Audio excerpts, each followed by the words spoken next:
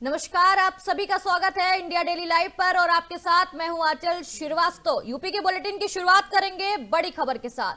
वाराणसी से एक बड़ी खबर सामने आ रही है। बांग्लादेश में हिंदुओं पर हो रहे अत्याचार के विरोध में एनएसयूआई के छात्रों ने धर्म रक्षा यात्रा निकाली है, जिसे पुलिस प्रशासन ने रोक दिया है। ये यात्रा सोमवार को महात्मा गांधी काशी विद्यापीठ परिसर में आयोजित की गई थी। एनएसयूआई पूर्वी उत्तर प्रदेश के प्रदेश अध्यक्ष ऋषभ पांडे के नेतृत्व में छात्र गेट नंबर 2 से भारत माता मंदिर तक शांतिपूर्ण यात्रा निकालने वाले थे, लेकिन यात्रा शुरू होते ही जिला प्रशासन ने इसे रोक दिया। इसके बाद मौके पर पुलिस और छात्रों के बीच नोकझोंक हुई, जिससे कुछ देर के लिए अफरा तफरी का पूरा माहौल बन गया। यात्रा रोके जाने से नाराज छात्रों ने सरकार विरोधी नारे लगाए। एनएसयूआई नेताओं का आरोप है कि प्रशासन बिना किसी ठोस कारण के छात्रों की आवाज दबा रहा है। ऋषभ पांडे ने कहा कि हिंदुत्व किसी एक पार्टी की जागीर नहीं है और बांग्लादेश में हिंदुओं पर हो रहे अत्याचार के खिलाफ आवाज उठाना उनका अधिकार है। आप देखे होंगे अभी कुछ दिन पहले ही बांग्लादेश के अंदर एक हिंदुत्व को खड़े जला दिया गया। खड़े मतलब उनको जिंदा जला दिया गया। जब सदन के अंदर प्रियंका गांधी जी देश के प्रधानमंत्री से जवाब मांगती हैं तो देश का प्रधानमंत्री सदन में चुपचाप शांति से बैठा रहता है। एक तरफ लगातार एसआईआर के नाम पे देश के बांग्लादेशियों को बाहर निकालने का काम कर रहे हैं और दूसरी तरफ बांग्लादेश के जो मुखिया हैं, जो बांग्लादेश की प्रधानमंत्री है शेख हसीना को प्रधानमंत्री कार्यालय के बगल में जगह दिया जाता है कमरा देता रहने का। तो ये कहाँ का न्याय है? जब बांग्लादेश के अंदर हमारे हिंदुत्व भाई जल रहे हैं तो उन जवाब क्यों नहीं सरकार देती है? लगातार बांग्लादेश के अंदर ऐसी कड़ी हिंसा आ रही है, उसकी हिंसा की निंदा करते हैं। अभी तक विदेश मंत्रालय किसी भी तरह का एक्शन नहीं लिया है। लगातार समझ में आ रहा है कि सिर्फ धर्म की रक्षा के नाम पे एक मुखौटा ओढ़ के राजनीति करना है और लगातार हर धर्म के लोग, चाहे हिंदू हो, चाहे मुस्लिम हो, चाहे सिख हो, चाहे ईसाई हो, लगातार उनको आपस में बरगलाने और लड़ाने का काम कर रहे हैं। अमरोहा से एक बड़ी खबर सामने आ रही है। जनपद में पुलिस ने 3 दिन के भीतर बड़ी कार्रवाई करते हुए 104 वारंटी अभियुक्तों को गिरफ्तार कर लिया है। ये कार्रवाई 19 से 21 दिसंबर के बीच चलाए गए विशेष अभियान के तहत की गई है। पुलिस अधीक्षक अमित कुमार आनंद के निर्देशन में जिले के सभी थाना क्षेत्रों में विशेष टीमें बनाई गई हैं। सघन दबिश दी गई है। इस दौरान लंबे समय से फरार चल रहे एक न्यायालय में पेश न होने वाले वारंटी अभियुक्तों को, जो वारंटी अभियुक्त होते हैं, उनको पकड़ लिया गया है। गिरफ्तारी सभी अभियुक्तों को न्यायालय के समक्ष प्रस्तुत किया गया है। पुलिस का कहना है कि इस अभियान से कानून व्यवस्था को मजबूत किया जाएगा। पुलिस अधीक्षक ने साफ किया है कि अपराधियों के खिलाफ ऐसी कार्रवाई आगे भी लगातार जारी रहेगी ताकि जिले में कानून का डर बना रहे और शांति व्यवस्था कायम रहे। जनपद अमरोहा पुलिस द्वारा दिनांक 19 दिसंबर से 22 दिसंबर तक 3 दिवसीय एक अभियान जो एनबीडब्ल्यू वारंटियों के विरुद्ध चलाया गया था। ऐसे वारंटी जो लंबे समय से फरार चल रहे थे और न्यायालय के आदेश का पालन नहीं कर रहे थे, उनके विरुद्ध एक सघन अभियान चलाया गया। इन 3 दिनों में जनपद में कुल 104 वारंटी गिरफ्तार किए गए हैं, जिनको न्यायालय के समक्ष प्रस्तुत किया गया। उद्देश्य था कि इसमें अधिकतम ऐसे अपराधी जो फरार हैं उनको गिरफ्तार करके पेश किया जाए। उसी क्रम में ये सघन कार्रवाई जनपद अमरोहा पुलिस द्वारा की गई है, जिससे अपराध और अपराधियों पर अंकुश लगेगा। अमरोहा से बड़ी राजनीतिक खबर सामने आ रही है। आजाद समाज पार्टी के राष्ट्रीय अध्यक्ष और सांसद चंद्रशेखर आजाद ने जनपद अमरोहा पहुंचकर प्रदेश की भाजपा सरकार पर तीखा हमला बोला है। चंद्रशेखर आजाद यहां पार्टी नेता पुष्पेंद्र राणा के पिता को श्रद्धांजलि देने पहुंचे थे। इस दौरान मीडिया से बातचीत में उन्होंने मनरेगा नाम परिवर्तन, महिला सुरक्षा और चुनाव आयोग की भूमिका जैसे अहम मुद्दों पर सरकार को घेरा। उन्होंने साफ कहा कि नाम बदलने से हालात नहीं बदलते और प्रदेश की जनता बदलाव के मूड में है। चंद्रशेखर आजाद ने मनरेगा का नाम बदलने और मजदूरी बढ़ाने की घोषणा को सिर्फ अपना बताया है और कहा है कि कर्ज में डूबी सरकार ऐसे वादे पूरे नहीं कर सकती। महिला सुरक्षा के मुद्दे पर उन्होंने कर्नाटक के मुख्यमंत्री के बयान को अपमानजनक बताया है और माफी की मांग की है। उपचुनाव में वोटों के दावों पर सवाल उठाते हुए उन्होंने चुनाव आयोग और भाजपा की मिली भगत का आरोप भी लगाया और ये बड़ा आरोप है। अमरोहा का नाम बदलने की चर्चाओं पर भी उन्होंने कड़ा विरोध जताया है। उनका कहना है कि जनता ऐसे फैसलों का जवाब चुनाव में जरूर देगी। क्योंकि मैं जानता हूं और मानता हूं, मैं एक वकील हूं, मैंने इतिहास पढ़ा है, वर्तमान पे मेरी निगाह है और भविष्य को लेकर हमारी योजनाएं हैं। तो मैं बहुत जिम्मेदारी से कह सकता हूं कि हमारे महान पुरुषों के संघर्षों से ही आज हमें स्वाभिमान सम्मान का जीवन मिला। बहुत ही शानदार संचालन कर रहे बोध जी, आप और मैं जानते हैं, और जो महापुरुषों को जिन लोगों ने पढ़ा वो सब जानते हैं कि देश में न आजादी और न आजादी के बाद अधिकार कुछ भी मांगने से नहीं मिला। हर एक चीज के लिए संघर्ष हुआ है, चाहे कमजोर वर्गों को संविधान में बराबरी का अधिकार मिला हो, चाहे अवसर की समता हो, और चाहे पिछड़े वर्ग के लोगों को मंडल कमीशन के रूप में आरक्षण की व्यवस्था हुई है, उनके लिए अवसर पैदा हुए, चाहे इस देश के अल्पसंख्यक समाज को, चाहे मुसलमान हो, जैन हो, सिख हो, बौद्ध हो, ईसाई हो, उनको अगर धार्मिक आजादी मिली है अपने मजहब को मानने की, अपनी इबादत करने की, पूजा प्रार्थना करने की, प्रतिज्ञा करने की, तो ये डॉक्टर बाबा साहब अम्बेडकर के संविधान के कारण सुनिश्चित हुआ है।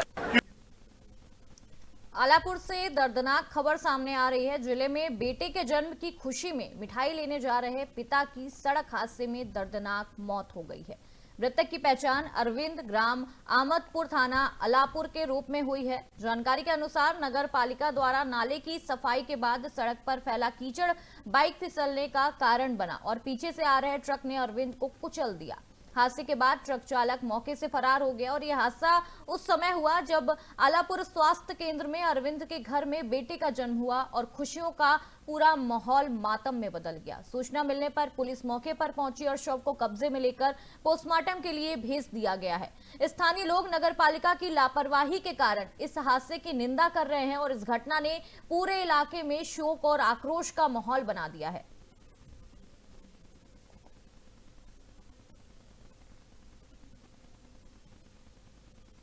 लखीमपुर खीरी से बड़ी खबर सामने आ रही है। नीमगांव थाने से 3 दिन से पुलिस हिरासत में बैठे फायरिंग के आरोपी ने पुलिस को चकमा देकर वो फरार हो गया। आरोपी एक सरकारी अध्यापक बताया जा रहा है और इस घटना ने नीमगांव पुलिस की कड़ी सुरक्षा पर बड़े सवाल खड़े कर दिए हैं। थाना अध्यक्ष प्रवीर गौतम की कमान पर भी सवाल उठ रहे हैं। पुलिस अधीक्षक खीरी संकल्प शर्मा ने 4 टीमों का गठन कर आरोपी की गिरफ्तारी के प्रयास तेज कर दिए हैं। वहीं थाने से आरोपी के भागने के बाद पुलिस में अफरा तफरी का माहौल देखने को मिला है। पुलिस अधीक्षक ने इस मामले में जांच के आदेश दिए हैं और कहा है कि लापरवाह पुलिस कर्मियों के खिलाफ सख्त कार्रवाई की जा सकती है। पूरे जिले में इस घटना ने सुरक्षा व्यवस्था की चिंता और भी ज्यादा बढ़ा दी है।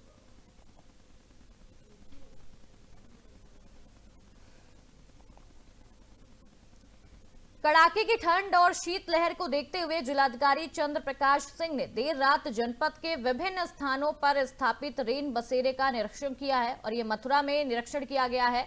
चिकित्सालय, जिला महिला चिकित्सालय, कंकाली देवी मंदिर के पास गोवर्धन चौराहा और Mathura junction railway station gate number 1 पर बने रेन बसेरों का जायजा लिया गया है। वहां उपलब्ध व्यवस्थाओं की बारीकी से समीक्षा की गई है। जिलाधिकारी ने रेन बसेरों में मौजूद लोगों को कंबल वितरित किए और उनका हालचाल जाना। उन्होंने बताया कि जिले में कुल 27 रेन बसेरे हैं और 79 स्थानों पर अलाव की व्यवस्था की गई है और अब तक लगभग 5000 कंबलों का वितरण भी किया जा चुका है। उन्होंने संबंधित अधिकारियों को ये निर्देश दिए हैं कि शीतलहर समाप्त होने तक सभी व्यवस्थाएं पूरी मुस्तैदी से जारी रहें। ये पहल ठंड से बचाव और जरूरतमंदों को राहत पहुंचाने में अहम साबित हो रही है।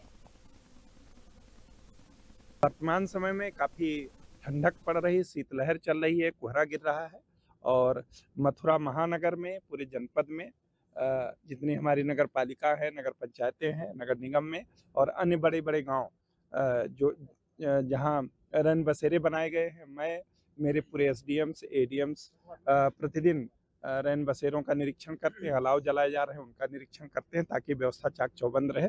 आप स्वयं जानते हैं कि मथुरा और वृंदावन पूरे ब्रज में लाखों लाख श्रद्धालु प्रतिदिन आते हैं और कई बार लोग परिक्रमा आदि करने के लिए आते हैं। हम लोग अभी वर्तमान में जिला अस्पताल के रैन बसेरे में खड़े हैं और आप स्वयं आपने देखा होगा, ये नगर निगम के द्वारा बनाया गया है। यहाँ सारी व्यवस्थाएं हैं। बचाव के लिए कंबल, रजाई, बिस्तर साफ सुथरे तो हैं ही हैं, उसके अलावा हीटर आदि की भी व्यवस्था की गई है, चार्जर आदि की भी व्यवस्था की गई है। पूरा प्रयास ये है कि कोई भी जो बाहर का व्यक्ति आए वो सड़क में या कहीं खुले में ना सोए इस ठंडक में, रैन बसेरे में सोए। लगभग 37 से अधिक जगहों पे हम लोगों ने रैन बसेरा बनाया हुआ है। इसके अलावा कुछ आश्रम है जिनको हम लोगों ने चिन्हित किया हुआ है, जहाँ कोई बाहर मिले तो उनको ले जाकर के हम लोग रात में वहाँ रुका देते हैं। वर्तमान समय मथुरा से बड़ी खबर सामने आ रही है। पुलिस का लंगड़ा अभियान लगातार जारी है और गोवर्धन पुलिस ने 25,000 के इनामी शातिर साइबर अपराधी शाहिद से मुठभेड़ की है और ये मुठभेड़ थाना गोवर्धन क्षेत्र के सकरवा गांव के समीप हुई है। मुठभेड़ में गोली लगने से शहीद घायल हो गया है। जो शाहिद था वो घायल हो गया, जो आरोपी था वो घायल हो गया है। सूचना के मुताबिक एक अन्य बदमाश मौके से पुलिस पर फायरिंग कर फरार हो गया है। पुलिस ने मौके से उसके कब्जे से तमंचा और बाइक बरामद की है। घायल शाहिद के खिलाफ अब तक 15 मामले दर्ज हैं और वो साइबर अपराधों में भी शामिल रहा। पुलिस ने घायल बदमाश को हिरासत में लेकर इलाज सुनिश्चित कर दिया है और फरार बदमाश की तलाश के लिए अभियान तेज कर दिया है। वीर के द्वारा सूचना प्राप्त हुई कि देवसेरा की तरफ से एक मोटरसाइकिल पर 2 अपराधी गोवर्धन की तरफ आ रहे हैं, जिनमें एक पर एक इनामिया है।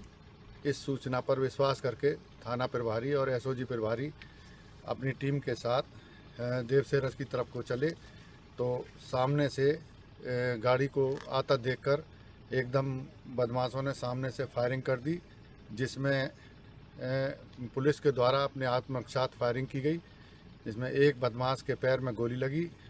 इस बदमाश जब पकड़ा गया तो इसने अपना नाम शाहिद पुत्र शाहीन निवासी देवसेरा बताया। इसके पास से एक देसी तमंचा, 315 बोर, 2 खोखा कारतूस, 2 जिंदा कारतूस व एक मोटरसाइकिल बरामद हुई। इससे इसका जो दूसरा साथी था उसका इसने नाम बताया बहरी, जो पुलिस पर फायरिंग करते हुए मौके से फरार हो गया।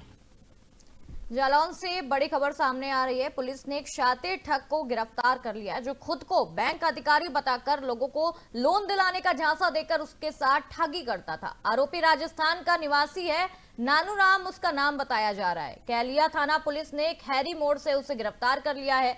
आरोपी के कब्जे से ठगी की रकम 6,410 रुपए के साथ mobile phone, laptop, SIM card, passbook, chequebook, ATM card और मोहर समेत अन्य सामान भी बरामद किया गया है। पुलिस के मुताबिक आरोपी ने बीते दिनों फर्जी बैंक अधिकारी बनकर क्षेत्र में एक महिला से ठगी की थी। गिरफ्तार ठग के खिलाफ आगे की जांच जारी है और पुलिस ने कहा है कि सभी आरोपियों के खिलाफ सख्त कार्रवाई भी की जाएगी।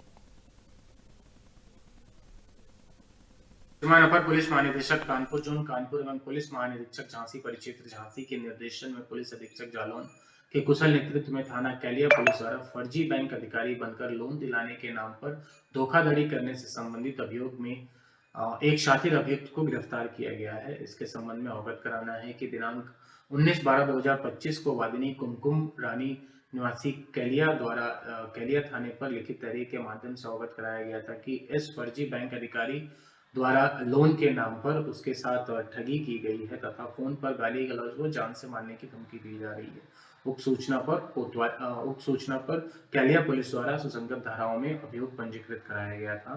दिनांक 21/12/2025 को थाना कैलिया पुलिस द्वारा मुखबिर खास की सटीक सूचना पर ग्राम खैरी से इस अभियुक्त को गिरफ्तार किया गया है, जिसके पास से फ्रॉड किए गए 6400 रुपए, 3 मोबाइल, 1 लैपटॉप, 3 सिम, इंकपैड व स्टैम्प आदि बरामद हुआ है। इसे गिरफ्तार कर माननीय न्यायालय समक्ष पेश किया गया है। अमरोहा से एक और बड़ी खबर सामने आ रही है। जिले में सुबह से घना कोहरा छाया हुआ है, जिससे वाहनों की रफ्तार काफी धीमी हो गई है और यातायात बाधित हो रहा है। कोहरे की वजह से दृश्यता बेहद कम हो गई है और सड़क पर दुर्घटनाओं का खतरा बढ़ गया है। मौसम विभाग के अनुसार 25 दिसंबर से ठंड और बढ़ने की संभावना है, जिससे रोजाना अप डाउन करने वाले लोगों को मुश्किलों का सामना करना पड़ सकता है। प्रशासन और पुलिस ने सड़क पर सतर्क रहने और वाहन चलाते समय विशेष सावधानी बरतने की भी अपील की है। लोगों से कहा गया है कि धुंध और कम विजिबिलिटी के दौरान तेज गति से वाहन न चलाएं और सड़क पर सुरक्षा नियमों का पालन भी करें।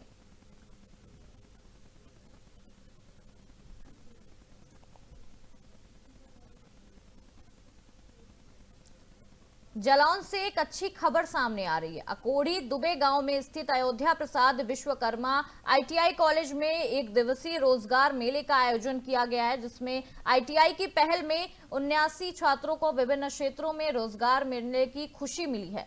जिला सेवा योजन कार्यालय की ओर से आयोजित इस मामले में कई कंपनियों ने प्रतिभावान छात्रों को रोजगार के अवसर भी दिए हैं। ITI के छात्रों ने तकनीकी शिक्षा और कौशल के दम पर रोजगार पाने में सफलता हासिल की। छात्रों के लिए चेहरे खुशियों से खिल उठे और उनके परिवारों में भी उत्साह का माहौल बना हुआ था। अयोध्या प्रसाद विश्वकर्मा ITI की ये पहल युवाओं को रोजगार दिलाने और उन्हें आत्मनिर्भर बनाने की दिशा में अहम कदम भी साबित हो रही है। आज अयोध्या प्रसाद विश्वकर्मा ITI में रोजगार मेला लगाया गया है जिला संयोजन विभाग की तरफ से, और अभी मेला चल रहा है। बच्चे इंटरव्यू दे रहे हैं। यहाँ 6 कंपनी आई हुई हैं, जिसमें वर्धमान और प्रणव विकास और LIC प्रमुख हैं। तो बच्चे भी इंटरव्यू दे रहे हैं। जब फाइनल हो जाएगा तो आउटपुट निकलेगा। बच्चों का क्या रुझान जा रहा है? बच्चों का रुझान अच्छा है। बच्चे हालांकि कोशिश कर रहे हैं कि जालौन की कोई कंपनी हो तो ज़्यादा अच्छा है। बाकी वर्धमान में काफ़ी बच्चों ने इंटरव्यू दिया है, तो वहाँ जाने के लिए इंटरेस्ट होगा। लगभग कितनी कंपनियों ने यहाँ पे पार्टिसिपेट? 6 कंपनी ने पार्टिसिपेट किया। जी, कहाँ की कंपनियाँ हैं? इसमें एक मध्य प्रदेश के लिए है, वर्धमान के लिए रिक्रूटमेंट के लिए की है। 2 कंपनियां हैं जो जालौन के लिए हैं, एक कानपुर के लिए है और एक कंपनी है पलवल गुड़गांव के लिए। जिला सेवा योजन कार्यालय के द्वारा अयोध्या प्रसाद विश्वकर्मा ITI कॉलेज में एक दिवसीय रोजगार मेले का आयोजन किया गया, जिसमें विभिन्न कंपनियों के प्रतिनिधियों ने प्रतिभाग किया, जिसमें कंपनियों ने 57 छात्राओं को रोजगार दिया और उनके उज्जवल भविष्य की कामना की। पीलीभीत के केंद्रीय राज्य मंत्री और पीलीभीत के सांसद जितेंद्र प्रसाद अपने 2 दिवसीय दौरे पर जिले में पहुंचे हैं।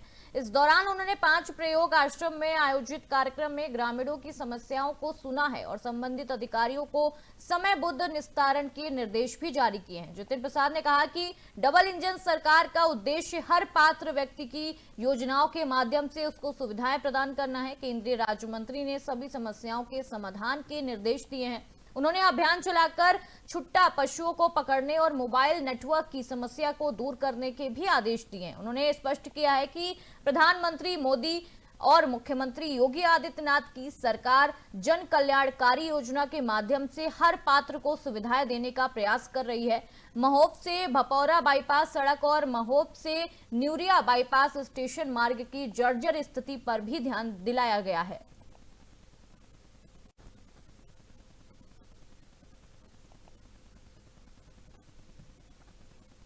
वाराणसी से सनसनीखेज खबर सामने आ रही है। चोलापुर थाना क्षेत्र में अवैध संबंध के शक में पति ने अपनी पत्नी की बेहद निर्मम हत्या कर दी है। आरोपी प्रदीप मिश्रा ने पहले मफलर से पत्नी का गला घोंटकर उसकी हत्या की, फिर पहचान छुपाने के लिए सिर और चेहरे को ईंट से कुचल दिया। शव को घर से करीब 25 किलोमीटर दूर कैथोर गांव के एक बगीचे में सूखे बाजरे के ढेर में छिपा दिया गया। पुलिस के मुताबिक पत्नी अक्सर मोबाइल पर किसी से बात किया करती थी, जिससे झगड़ा होता था। शुक्रवार को हुआ विवाद के बाद प्रदीप ने हत्या की योजना बनाई और शव की पहचान महिला के हाथों पर बने टैटू, PL और GP से हुई। प्रारंभिक पूछताछ में आरोपी ने अपना जुर्म कबूल कर लिया और ये घटना पूरे क्षेत्र में सदमे और रोष का कारण बनी हुई है। कल हमें 112 की सूचना मिली थी कि थाना चोलापुर में दानगंज चौकी के अंतर्गत कैथौर गांव है, उसमें गोमती नदी के किनारे से लगभग 150 मीटर दूर एक संदिग्ध शव मिला है महिला का। सूचना के उपरांत थाने की पुलिस, ACP सारनाथ और हमने और एडिशनल CP सर ने मौका मुआयना किया तो एक महिला का लगभग 12 से 18 घंटे का पुराना शव वहां पर मिला, जिसका सर पूरी तरीके से, फेस पूरी तरीके से पत्थर से कूचा हुआ था, तो पहचान नहीं हो पाई थी। मौके पे ही एक ईंट का ब्लॉक पड़ा था और एक मफलर भी पड़ा था। मौके पे फॉरेंसिक की टीम, डॉग स्क्वाड और सर्विलांस टीम ने पूरा मुआयना किया और तलाश गश्ती को चेक करते हुए आसपास के थानों से हमें पता लगा कि यह महिला जो हैं, जो मृतक महिला हैं, उनकी जो पहचान है वो लक्ष्मी मिश्रा थाना चौबेपुर की हो पाई और हमें पता लगा कि शुक्रवार को महिला अपने पति के साथ, जो कि ऑटो चालक का काम करते हैं, प्रदीप मिश्रा जी, उनके साथ ही अपनी ननद के घर गई थी, जो कि चंदवक थाने में एक गांव में रहती हैं। उसके बाद से वो लापता थी। तो जब सूचना के बाद हमने पूछना चाहा ससुराल पक्ष से, तो पाया कि पति लापता हैं। तो उससे हमारा शक बढ़ा और उसके बाद पति को हमने सर्विलांस के आधार पे महमूदपुर मोड़ से गिरफ्तार किया। गिरफ्तारी के बाद पूछताछ करने पे पता चला कि पति ने पूरी प्लानिंग से इस घटना को अंजाम दिया है, क्योंकि इनकी पत्नी से अक्सर झगड़ा होता था। ये 48 वर्ष के हैं, पत्नी जो इनकी है उनकी सेकंड शादी है, 28 वर्ष की हैं और इनको अपनी पत्नी पर अवैध संबंध का शक था। 1-2 बार इन्होंने बताया कि हम पकड़ भी चुके हैं। कल हमें ऑल इंडिया कांग्रेस कमेटी की राष्ट्रीय प्रवक्ता साधना भारती ने मेरठ में आयोजित प्रेस वार्ता में भाजपा पर तीखा हमला बोलते हुए आरोप लगाया है कि भाजपा भगवान राम के नाम का इस्तेमाल छिपे हुए राजनीतिक एजेंडे के लिए कर रही है। उन्होंने कहा कि भाजपा और आरएसएस ने सभी संविधान को पूरी तरह से स्वीकार ही नहीं किया है। उनका कहना है कि उन्होंने संविधान को कभी पूरी तरह से स्वीकार ही नहीं किया और जनता को मूल मुद्दों से भटकाने का काम किया गया है। मनरेगा को लेकर उन्होंने केंद्र सरकार पर राज्यों पर आर्थिक बोझ डालने और काम की अवधि बढ़ाने का आरोप लगाया है। नेशनल हेराल्ड केस में बदलने की राजनीति का आरोप भी लगाते हुए उन्होंने कहा कि अदालतों के फैसलों ने भाजपा के दावों को कमजोर किया है और एसआईआर मुद्दे पर उन्होंने मुख्यमंत्री योगी आदित्यनाथ के पुराने बयानों का हवाला देते हुए भाजपा से नैतिक जिम्मेदारी लेने की मांग की है। कांग्रेस की विचारधारा को रेखांकित करते हुए उन्होंने कहा कि पार्टी ने हमेशा लोकतंत्र और सामाजिक न्याय के लिए काम किया है। अंत में उन्होंने दावा किया कि हालिया रैली में उमड़ी भीड़ ये संकेत देती है कि देश की जनता अब बदलाव चाहती है। कहीं ना कहीं सपना देखते हुए, क्योंकि मैं कांग्रेस की राष्ट्रीय प्रवक्ता तो हूं ही, मैं भारतीय ओबीसी महासभा की मुख्य संयोजक भी हूं और उसके नाते हम एक लंबी लड़ाई लड़ते आए हैं अधिकारों के लिए, न्याय के लिए, सामाजिक न्याय के लिए।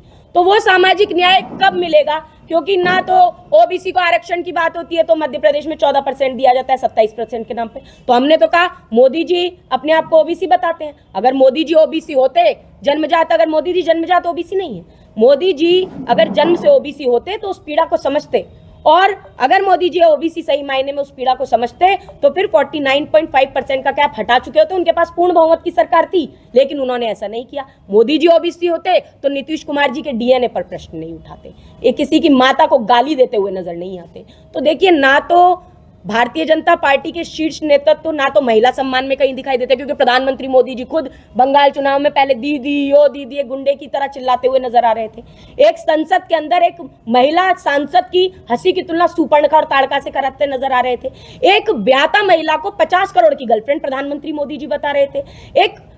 एक शहीद की पत्नी को कांग्रेस की विधवा कहकर अपमानित करा रहे थे। एक महिला को जर्सी गाय कहते हुए नजर आ रहे थे। तो क्या ये सम्मानित भाषा है? और आज अगर उसके बाद इनके मंत्री महिलाओं को अपमानित करते हुए नजर आते हैं तो मुझे लगता है मोदी जी की और भाजपा की बड़ी अम्मा आरएसएस के संस्कारों को आईना दिखाते हुए नजर आते हैं। कहीं ना कहीं सपना देखते हुए भारत पेट्रोलियम कॉर्पोरेशन के टैंकर से तेल चोरी का वीडियो सोशल मीडिया पर तेजी के साथ वायरल हो रहा है। बताया जा रहा है कि आंवला डिपो से पंप तक जाने वाले टैंकर में बीच रास्ते सेंग लगाई गई। हैरानी की बात यह है कि ओटीपी से खुलने वाली हाई सिक्योरिटी ताले के बावजूद टैंकर से तेल चोरी की गई। आरोप है कि तेल माफिया ने बीच सड़क पर टैंकर रोककर पाइप के जरिए तेल निकाला और ये सनसनीखेज मामला डेलापीर मंडी के पास का बताया जा रहा है। कई तकनीकों का इस्तेमाल कर तेल माफिया लगातार वारदातों को अंजाम दे रहे हैं। बरेली के आंवला डिपो से लेकर उत्तराखंड तक तेल माफियों के सक्रिय होने की आशंका है। पूरा मामला थाना इज्जत नगर क्षेत्र के डेलापीर मंडी से बताया जा रहा है।